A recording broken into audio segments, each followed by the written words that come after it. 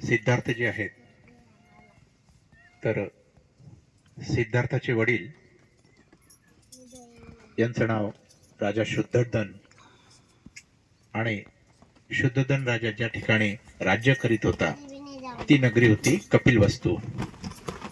हे पाहत असताना आपण तथागताच्या पूर्वजांविषयी माहिती घेतलेली आहे. तर जयसेन नावाचा जो व्यक्ती होता तिथून तथागताच्या पूर्वजांविषयी आपल्याला माहिती मिळते. जयसेन नावाचा जो काही व्यक्ती होता हा कपिलवस्तूमध्ये राहायचा, आणि या जयसेनला सिंहहनू नावाचा एक मुलगा होता. जयसेनला सिंहहनू नावाचा मुलगा होता, आणि सिंहहनूचा विवाह कंचनाशी झाला होता. बरं का. कच्चना आणि सिंहहनू यांना 5 मुलं आणि 2 मुली होत्या. मुलीचं नाव एकीचं अमिता, एकीचं प्रमिता. एकीचं प्रमिता, अशा 2 मुली होत्या. आणि जे 5 मुलं होते त्यापैकी मोठ्या मुलाचं नाव शुद्धोधन, म्हणजे जे सिद्धार्थाचे वडील, हे सगळ्यात मोठे शुद्धोधन. दुसरा धौतोधन, तिसरा शुक्लोधन, चौथा शाक्योधन, आणि 5वा अमितोधन. असे हे 5 पुत्र होते सिंहहनूला. आणि जयसेन पासून ही परंपरा सुरू झाली. जयसेन पासून हे कुळ सुरू झालं. जिथपर्यंत आपल्याला सिद्धार्थाच्या कुळाच्या पूर्वजांची माहिती मिळते ती जयसेन पर्यंत. जयसेनचा मुलगा सिंहहनूचा विवाह कच्चनाशी झाला, आणि कच्चना आणि सिंहहनूला 5 मुलं आणि 2 मुली. अशा पद्धतीनं आपण तर शुद्धोधन फार श्रीमंत होता. त्याच्या शेतामध्ये 1000 नांगर एका वेळी चालत होते, एवढा तो श्रीमंत होता. आणि हा वीर योद्धा होता. यानं शुद्धोधनानं कुठल्या तरी युद्धामध्ये फार मोठा पराक्रम केल्यामुळे त्याला दुसऱ्या लग्नाची संमती मिळाली. बरं का, की दुसरं लग्न तुम्ही करू शकता. पहिलं लग्न जे झालं शुद्धोधनाचं, तर ते झालं महामायेशी. बरं का. आणि जी महामाया आहे तीच सिद्धार्थाची आई आहे. पण दुसरं लग्न जे केलं तर महामायेचीच मोठी बहीण प्रजापती, जिचा पुतळा आपण उभा केला, आणि ही पहिली भिक्षुणी होती जगातली, पहिली भिक्षुणी आणि संगनायिका प्रजापती गौतमी. तर या दोन्ही बहिणीचा विवाह शुद्धोधनाशी झाला होता. आपण इथपर्यंत पाहिलं.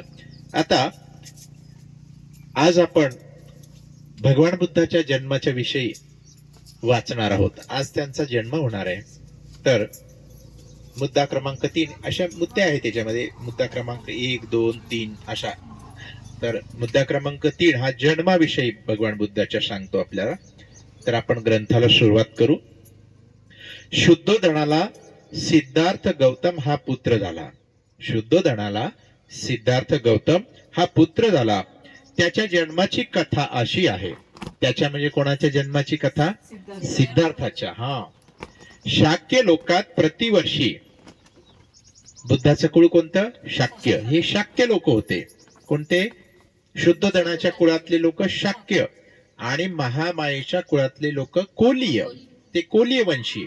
कोलीय आणि शाक्य हे आपण लक्षात ठेवायचे इथे. शाक्य म्हणजे बुद्धाची पारडी आणि शुद्धोधनाची, आणि कोलीय वंश महामायेचा. आलं लक्षात? शिल्पाईच्या लय डोक्यात बसू राहिलं वा. मला वाटतं ते अभ्यास करून आलेत का नो? खरं? बापरे. म्हणूनच आता आपल्याला बी वाचून तयारी करावं लागेल. शिल्पाई सारखे लोक आपल्याला म्हणते जी येतात, चुकून राहिलं तुमचं इथे. तर शाक्य लोकात प्रतिवर्षी, म्हणजे हे जे शाक्य लोक होते यांच्यामध्ये अशी परंपरा होते की दरवर्षी प्रतिवर्षी आषाढ महिन्यात, हा महिना कोणता आहे माहितीये का? हा आषाढच आहे. हा आषाढच महिना आहे. आपल्या ग्रंथाची जी सुरुवात होते, आपल्या वर्षावासाची जी सुरुवात होते, तर ती आषाढ पौर्णिमेपासून. आता ही आषाढातली पौर्णिमा 29 तारखेला झाली. 29 तारखेपासून सगळीकडे ग्रंथाची सुरुवात झाली. आपलीच फक्त आपल्या मागे हे काम असल्यामुळं आपण 2 तारखेला 3 तारखेला हे सुरू केलं, पण ग्रंथ वाचनाची आणि वर्षावासाची सुरुवात ही आषाढ पौर्णिमेपासून आश्विन पौर्णिमेपर्यंत. आषाढ नंतर येतो श्रावण, मग भाद्रपद, मग आश्विन. अशा हा किती महिन्याचा काळ असतो बनते? 3 का 4? 3 महिन्याचा.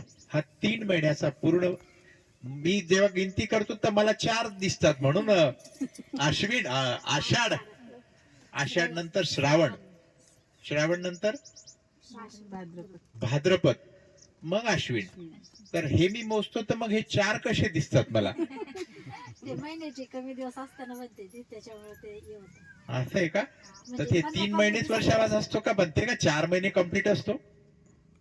3 महिने 90 दिवस. इंग्रजी महिने आणि मराठी महिने, हे इंग्रजी महिन्यातून अर्ध्या महिन्यामधून लागतं ते मराठी महिने. हो, असं काहीतरी आहे ते. हा. अर्ध्यापासून सुरू, अर्ध्यापासून लागतं. म्हणजे 15 तारखेपासून तो सुरू होतो. समजा 1 जानेवारी आहे तर 15 जानेवारी पासून हा मराठी महिना लागतो. मराठी महिना सुरू होतो. पहिला मराठी महिना कोणता मग? चैत्र का? हो, मराठी महिन्याने चैत्र, वैशाख, ज्येष्ठ, आषाढ, श्रावण, भाद्रपद, आश्विन, कार्तिक, मार्गशीर्ष, पौष, माहे, फाल्गुन, फाल्गुन. असे 12 महिने मराठीचे आहे ना. माहिती आहे बा तुम्हाला पण, आहे ना. चला, रिव्हिजन झालं. तर शाक्य लोकांमध्ये प्रतिवर्षी आषाढात येणारा एक उत्सव पाळण्याची प्रथा होती.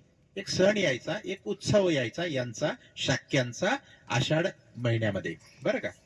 सर्व शाक्य लोक आणि त्याचप्रमाणे राजघराण्यातील मंडळी हा महोत्सव साजरा करत असत. जो काही सण होता त्यांचा आषाढातला, तर राजघराण्यातले लोक आणि इतरही प्रजा हा सण मोठ्या प्रमाणामध्ये हा उत्सव साजरा करत, नाच, गाणं, संगीत, नृत्य, वेगवेगळ्या कला लोक येऊन, राजाच्या आपण सिनेमामध्ये पाहतो ना की कोणी घोड्याची स्पर्धा असते, काही भाल्याची, काही तलवारबाजी, काही अशा पद्धतीचं ते की एक आनंदाचं वातावरण. एक लोक वेगळ्या याच्यात कसे जातील. सण आणि उत्सव हे साजरे केले पाहिजे, आम्ही त्याला विरोध करत नाही, है ना बनते. आता तुम्ही रेकॉर्डिंग करता, आता हे सगळं जर म्हणते काय बनते शिकून राहिले हरिशेन राजगिरीवर, की सण आणि उत्सव साजरे केले पाहिजे. सण आणि उत्सव साजरा करण्याचा जो मूळ हेतू होता तर तो होता की प्रापंचिक कटकटी, अडचणी, श्रम, मेहनत करणं, वर्षभर आपण मेहनत करतो, तर सणाच्या निमित्तानं सुट्टी घेऊन कुठेतरी आपण आनंद साजरा केला पाहिजे. ते सगळं विसरून गेलं पाहिजे. रोजचं राड गाडग तेच आहे का नाही? सकाळी उठा, पाण्याला जा. तुमची तर पाण्यापासून सुरुवात होती. आपल्या इथे पाण्याची चिंता तुम्हाला आहे की पाणी जर नसलं तर कामच सुचत नाही. आता एवढा त्रास नाही. बर, तिकडचे लोक विहीर येऊन पाणी नेतात बाबा आमच्याकडचे. हा, इकडून नाही ना, असं का? असं ते अजूनही विहिरीवरून पाणी नेतात. सगळ्याच्या भरतील. आता पाऊस पडून राहिला. तर सणांचा, उत्सवांचा उद्देश हाच असतो की आपण रोजच्या जीवनातल्या धक्काधक्कीच्या, पडद्या काय नाही, धकाधकीच्या जीवनातून बाहेर निघून थोडस आनंद आपल्या जीवनात आला पाहिजे. हे सगळं जीवन आहे का नाही बंधूंनो? हे भगवान बुद्धांनी सांगितलं की दुःख आहे या जीवनात, पण दुःख करत बसू नका, रडत बसू नका, रडत बसू नका. बुद्धाचा धम्म तुम्हाला रडणं शिकवत नाही, बुद्धाचा धम्म तुम्हाला हसणं शिकवतो. प्रत्येक परिस्थितीत, प्रत्येक कठीण प्रसंगात, वाईट दिवसांमध्ये, वाईट प्रसंगात घाबरून जाऊ नका. मनाची स्थिरता ठेवा, आनंद मनात असू द्या आणि हसायला शिका.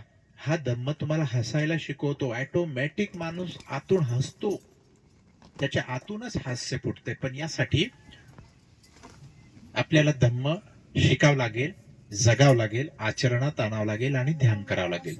तर ऑटोमॅटिकली तुमच्या सगळ्या व्यक्तिमत्वातून प्रसन्नता, आनंद प्रकट होतो. आणि हेच धम्माचं मूळ काम आहे की सर्व तुमच्या चिंता तुमच्या जीवनातून कशा नष्ट होतील आणि नष्ट नाही झाल्या तरी त्या चिंतेमध्ये राहून देखील तुम्ही कसे स्थिर राहू शकता, यासाठीच हा धम्म आहे, यासाठीच धम्म आहे.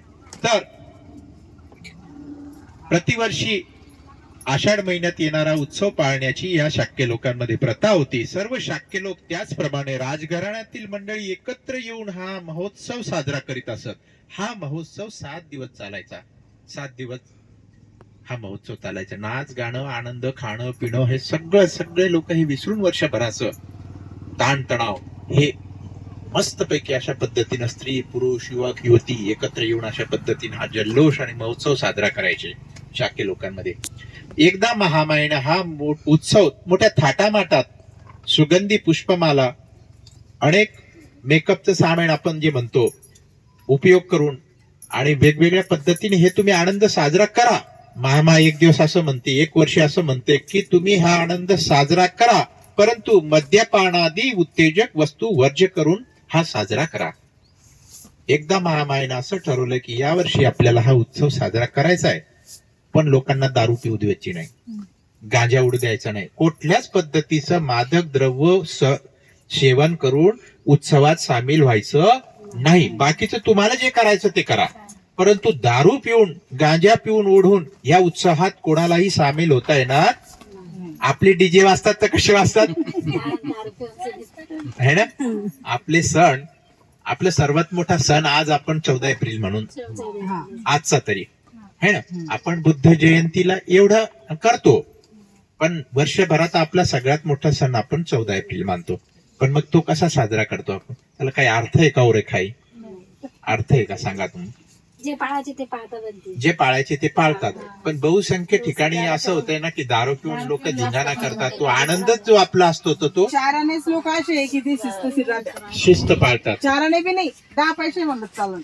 पण बाकीचे कसे आहे तुम्ही बघता, असं वाटतंय की जाऊ नये त्याच्यात सामील होऊ नये. बरोबर आहे बाबा. अशा पद्धतीने कोण तर भगवान कोण बोलता? महामायेनं त्या वर्षी काय ठरवलं की दारू पिऊन लोकांना इथे येऊ द्यायचं नाही. उत्सवाच्या 7व्या दिवशी ती भल्या पहाटे उठली. ज्यावेळी शेवटचा दिवस होता तर महामाया भल्या पहाटे उठली. सकाळी 4 वाजता 5 वाजेला ती उठली. तुम्हाला पाहिजे कोण? सुगंधी पाण्याने तिने आंघोळ केली. राणी होती, गुलाबजल वगैरे ते त्या लोकांच्या त्या पद्धतीनं आंघोळीचं पाणी असायचं गुलाबजलानं. सुगंधी पाण्याने तिने आंघोळ केली. दान धर्मार्थ 4 लक्ष मोहरा, 4 लाख मोहरा, सोन्याच्या मोहरा तिने काय केल्या? गरिबांना दान केल्या. मौल्यवान अलंकार घालून साज शृंगार केला. मौल्यवान अलंकार घालून साज शृंगार केला. आवडीच्या पदार्थाचे सेवन केले, जे काही तिला आवडत होतं. गुलगुले असतील, भजे गुलगुले येतात का कोणाला? तर गुलगुले करून आणा एकदा. लई दिवस झाले गुलगुले खाल्लेले. सगळे खाऊ आपण हळूहळू. आम्ही लहान होतो ना, तर मग आमची आई गुलगुले करायची. ते पीठ मळायची याचं आणि त्याच्यामध्ये काहीतरी साखर किंवा गुळ असं करून, तर ते गरीबाचे गुलाबजामुन येते. हे जे आहेत ना रेखाई, हे गरीबाचे गुलाबजामुन आहे. गुलाबजामुन पोरायन मागतले की मग ते गुलगुले करत घरीच आणि देत. बरोबर आहे. तर मग आवडीच्या पदार्थाचे सेवन महामायेने करून निद्रेसाठी कलात्मकतेने सजवलेल्या शयन मंदिरात ती गेली. मग तिथे तिचा बेड जो होता मग तिथे ती गेली समजा झोपण्यासाठी. त्या दिवशी शेवटच्या दिवशी त्या रात्री शुद्धोदन व महामाया यांचा एकांत होऊन महामायेला गर्भसंभव झाला.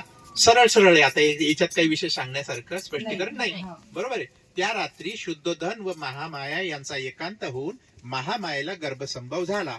पलंगावर पहुडली असताना ती तशीच झोपी गेली. निद्राधीन असताना तिला स्वप्न पडले. स्वप्नात तिला असे दिसले की देवदूतांनी आपल्याला निद्रिस्त स्थितीत मंचकासह उचलले. देवदूतांनी त्या पलंगासह तिला असं उचललं. ही सगळं आता ही काय बघते? स्वप्न बघते बरं का. आणि हिमालयाच्या माथ्यावर नेऊन एका विशाल शाल वृक्षाखाली, शाल नावाचा वृक्ष, शालवण असा शब्द प्रयोग कधी कधी तुम्हाला येईल. तर शाल वृक्ष म्हणजे आता हे आपण कसं हे लोखंडीचे वृक्ष किंवा असे लावतो तसं पळसाचे, तर त्या पद्धतीने त्या परिसरामध्ये शाल नावाचं झाड आहे, शाल वृक्ष. तर त्या शाल वृक्षाखाली हिमालयाच्या त्या परिसरामध्ये तो पलंग नेऊन देवदूतांनी ठेवला. असं महामाया स्वप्न बघून राहिली बरं का. ठेवून ते बाजूला उभे राहिले.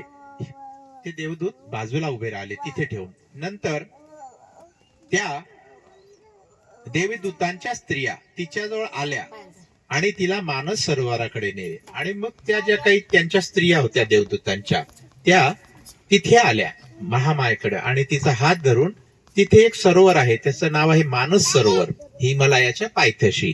ते आजही आहे तिथे, आजही आहे. सरोवर म्हणजे तलाव, सरोवर म्हणजे तलाव, पाण्याचं इथं साठवण जे आहे त्याला सरोवर म्हणतात, बरं का. असंच राहतं का? तर त्या स्त्रियांनी, देवदूतांच्या स्त्रियांनी महामायेला त्या तळ्याकडे नेले. त्यानंतर तिला अभ्यंग स्नान घालून तिची वेशभूषा केली आणि तिला सुगंधी द्रव्ये लावून फुलांनी सजवले. तिला आंघोळ घातली, तिला सजवलं. ते याच्यासाठी की कुणा दिव्य शक्तीचे स्वागत करण्यास ती तयार झाली. तिला आशा तयार केलं की कोणातरी दिव्य शक्तीचं स्वागत करण्यासाठी ती तयार झाली. जसं भिक्षू आल्यानंतर कसं तुम्ही स्वागतासाठी तयार करता फुलं वगैरे, त्या पद्धतीने तिला तयार केलं की कोणीतरी आता दिव्य शक्ती येणार आहे आणि तिच्या स्वागतासाठी महामायेला तयार केलं देवदूतांच्या स्त्रियांनी. हे सगळं स्वप्न बघते बरं का, ही झोपलेली आहे तिथं त्या पलंगावर, बरं का. इतक्यात सुमेध नावाचा एक बोधिसत्व तिच्या समोर प्रकट झाला. साधू म्हणा, साधू साधू साधू. काय सांग ना. हा तर लाव एक. आता हवानी लाव. लाव लाव लाव हा, लाव लाव. आपल्याला प्रकाश उजेड पाहिजेच, आवश्यक आहे. कारण हा जो आहे ना तो विचारांना नष्ट करतो आणि शुद्ध करतो वातावरण. अग्नी पेटवायचा, अग्नी पेटवायचा.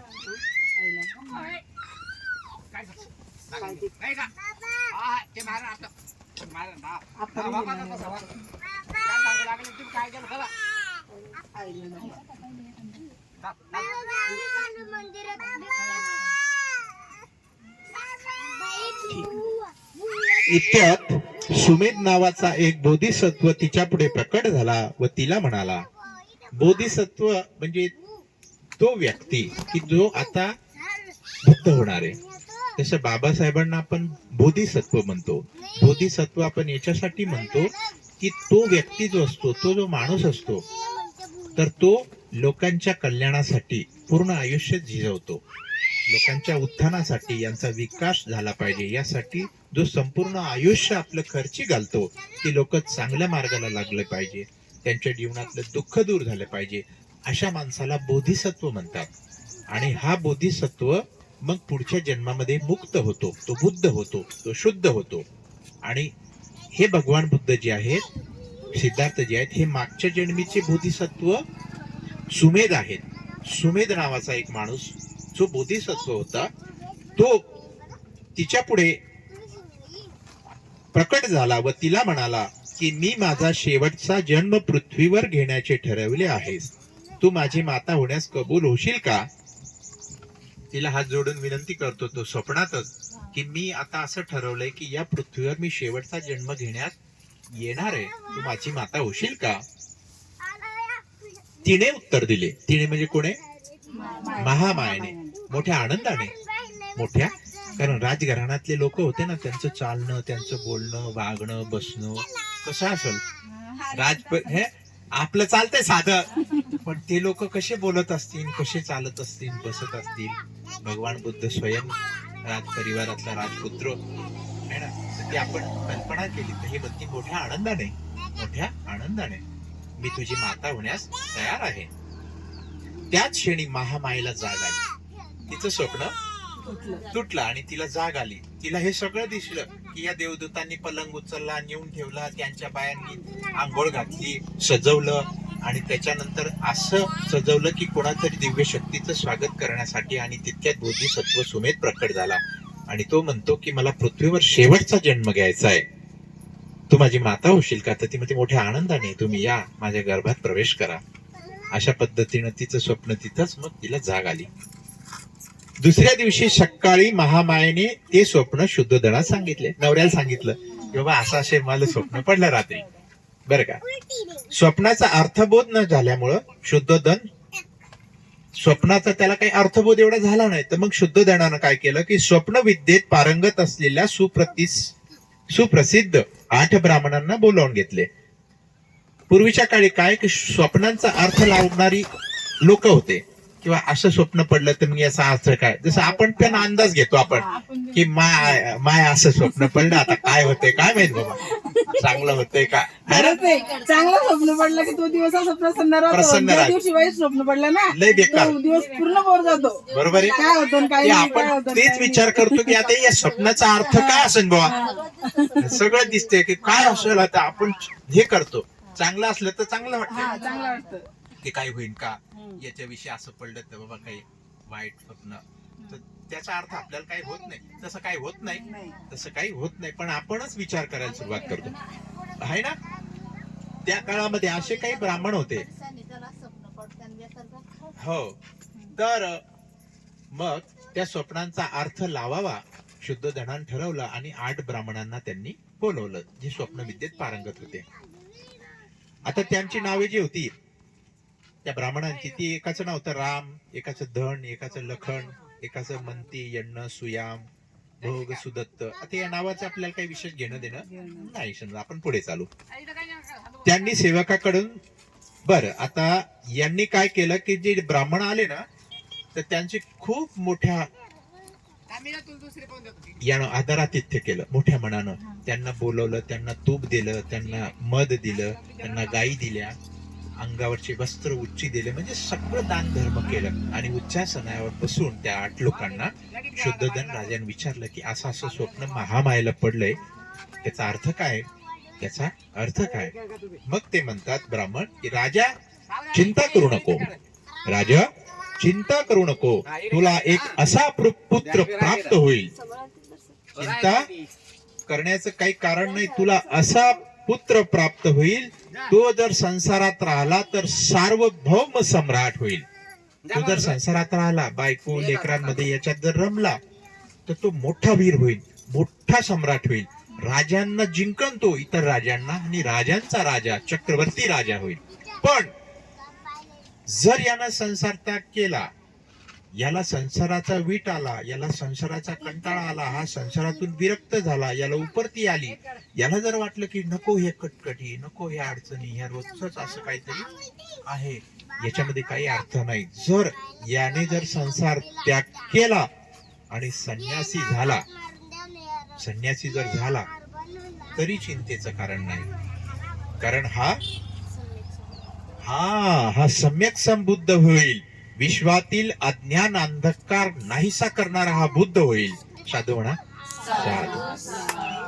म्हणून ते लोक म्हणतात की राजा चिंता करू नको, हा संसारात राहिला तर मोठा राजा होईल, पण संसार जर त्याग केला तर इतरांच्या कल्याणासाठी, दुःख मुक्तीसाठी हा बुद्ध होईल, मुक्त होईल, शुद्ध होईल.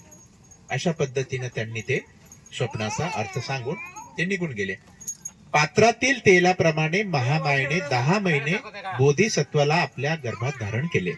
जसं पात्राचं तेल कसं आपण सांभाळतो, बरोबर सांडलं नाही पाहिजे म्हणून, त्या पद्धतीने तिने गर्भ सांभाळला 10 महिने. सिद्धार्थाला 10 महिने घेतले, पण त्यांनी 9 महिन्यात ते आले नाही, ते 10 महिन्यात आले बाय. तिचा प्रसूती काळ जवळ येऊ लागतात प्रसूतीसाठी आपल्या माहेरी जाण्याची इच्छा तिने व्यक्त केली. ज्यावेळेस तिच्या जवळ आली डिलिव्हरी, त्यावेळेस तिच्या मनात अशी इच्छा झाली की आपण माहेराला जावं, आपण माहेराला जावं, अशी तिच्या मनात इच्छा झाली. आणि ती पतीला म्हणाली की माझ्या पित्याच्या देवदह नगरीला मी जाऊ इच्छिते डिलिव्हरीसाठी. माझी पित्याची जी नगरी आहे तिचं नाव आहे देवदह. देवदह म्हणजे महामायेचं माहेर देवदह, पित्याचं नाव अंजन आणि मातेचं नाव सुलक्षणा. बरोबर. तर पित्याच्या देवदह नगरीला मी जाऊ इच्छिते. राजा म्हणतो तुझ्या इच्छेप्रमाणे होईल, तुझ्या इच्छेप्रमाणे. आपल्या इच्छेप्रमाणे होते का हो काही? ऐकतात का घरचे? आणि फसतात ते मग नंतर. ते म्हणतात की नंतर तो सल्ला ऐकला असतात बरं झालं असतं कडे. हा, पहिले सल्ला ऐकत नाहीत, कोणती गोष्ट ऐकत नाहीत आणि नंतर मग पश्चाताप करतात, त्याला काही अर्थ नाही. पण मोठाले लोक जे आहेत ना ते समजदार असतात, ते विचार घेतात एकमेकाचे, एकदमच असे कन्फर्म नाही करत. तर आपल्याला पण ही संस्कृती निर्माण करायची, आपल्याला बुद्ध धम्मामध्ये ही संस्कृती निर्माण करायची की आपल्यातला जो तनफनपणा आहे, आपल्यातला जो हिंसकपणा आहे, जो क्रोध आहे, तर हे आपल्या बुद्ध धम्माच्या संस्कृतीमध्ये हे नाहीये. आपली खूप शांत संयमशील अशी परंपरा आहे बुद्ध धर्माची. तर ही संस्कृती आपल्याला हळूहळू रुजवायची आहे आपल्या मुलांमध्ये, त्यांच्या मुलांमध्ये, है ना. तर हे आपल्याला हे काम करायचंय पुढे. तर तुझ्या इच्छेप्रमाणे होईल, राजाने उत्तर दिले. सोन्याच्या पालखीत बसून शुद्धोधनाने मोठ्या लवाजम्यासहित तिला तिच्या पित्याच्या घरी पाठवले. दास, दास्या, नौकर, सावकार आणि सोन्याच्या पालखीत तिला बसून महामाईला किंवा तू आता तुझ्या इच्छेप्रमाणे तू जा म्हणून. देवदहला जात असताना मार्गात फुलांनी बहरलेल्या तसेच पुष्पविरहित वृक्षांच्या आल्हाददायक गर्द वनराईतून महामाईला जावे लागणार होते, तेच लुंबिनी वन. आता या ठिकाणी काय झालं की ज्या वनातून तिला जायचं होतं ते लुंबिनी वन, लुंबिनी वन देवदहला. आणि ते अतिशय सुंदर असं वन होतं, फुलं फळं अशा पद्धतीने ती वनराई अतिशय नटलेली अशा पद्धतीचं ते सगळं गार्डन होतं, ते वन होतं. तर बुंद्याच्या लुंबिनी वनातून पालखी नेली जात असताना ते स्वर्गीय अशा चित्रलेखा वनाप्रमाणे सुशोभित केलेल्या बुंद्यापासून थांड्यापर्यंत ओथंबलेले होते. तेथील आता त्या ठिकाणचं मनोरम दृश्य पाहून, अतिशय सुंदर असं ते दृश्य पाहून महामायेच्या मनात तेथे थांबून काही काळ क्रीडा विहार करण्याची इच्छा उत्पन्न झाली. तिला असं वाटलं की ह्या अशा सुंदर वातावरणात आपण काही काळ इथे थांबावं, ते सुंदर वन पाहून. आणि तिने पालखी वाहणाऱ्या सेवकास आपली पालखी शाल वृक्षाच्या कुंजात नेऊन उतरवण्यास व तेथे उभे राहण्यास सांगितले. तिने असं त्या पालखी वाहणाऱ्या सेवकांना सांगितलं की शाल वृक्षाच्या त्या झाडाखाली माझी पालखी ठेवा आणि तुम्ही बाजूला उभे राहा, बर का. महामाया पालखीतून उतरली व एका सुंदर शाल वृक्षाच्या बुंद्यापाशी चालत गेली. शाल वृक्षाच्या फांद्या वाऱ्याने खालीवर हेलकावत असलेल्या पाहून महामायेला त्यापैकी एक फांदी हाताशी धरावी असे वाटले. सरळ सरळ आहे, हा पुढे चालू. सुदैवाने एक फांदी सहजच तिच्या हाताला लागली. ती एवढी खाली आली की तिनं ती धरली. इतक्यात ती आपल्या पायाच्या या पंजावर उभी राहिली व तिने फांदी हातात धरली. तेवढ्या झटक्याने फांदी वर गेली. तितक्याच झटक्याने फांदी वर गेली आणि त्या झटक्याने महामाया वर उचलल्या गेली. आता ही गर्भवती बर का, ती उचलल्या गेली अशी वरती. आणि अशा प्रकारे हल्ल्यामुळे तिला प्रसूतीच्या वेदना सुरू झाल्या. मग तिला कळा येऊ लागल्या, तिला तो झटका बसला थोडा त्या फांदीची, ती फांदीवर गेल्यामुळे. शुद्ध शाल वृक्षाची फांदी हातात धरली असतानाच उभ्याने तिने मुलाला जन्म दिला. साधू साधू उभ्या उभ्याच तथागताचा अशी तिने धरली होती ती फांदी. तथागत जन्माला उभ्या उभ्याच जन्माला आले. शुद्धोधन व महामाया यांचा विवाह होऊन पुष्कळ वर्ष झाली होती, परंतु त्यांच्या पोटी संतान नव्हते. अनेक वर्ष झाले होते, यांना काही संतान नव्हती. नंतर मग सिद्धार्थाचा अनेक वर्षानंतर जन्म झाला. तर राजा आणि प्रजेला इतका आनंद झाला आणि त्यांनी तो पुत्र जन्माचा उत्सव मोठ्या हर्षोल्लासाने थाटामाटात साजरा केला. पुत्र जन्माच्या वेळी कपिल वस्तूची राजपद भूषवण्याची पाळी शुद्धोधनाची होती. अर्थातच त्यामुळे त्या बालकास युवराज म्हणून संबोधण्यात येऊ लागले. ज्यावेळेस सिद्धार्थाचा जन्म झाला त्यावेळेस कपिल वस्तूचं जे काही राजघराण्याचं पद होतं ते यांच्याच घरात होतं. ते आलटून पालटून यायचं बरं का.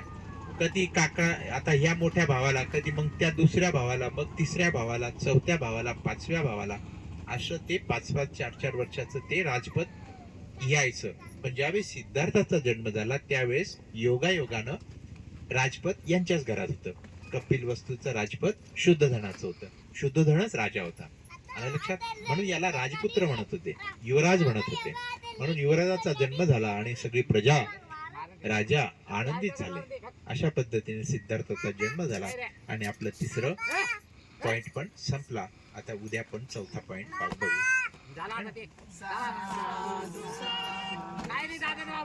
माझी इच्छा कशी होती की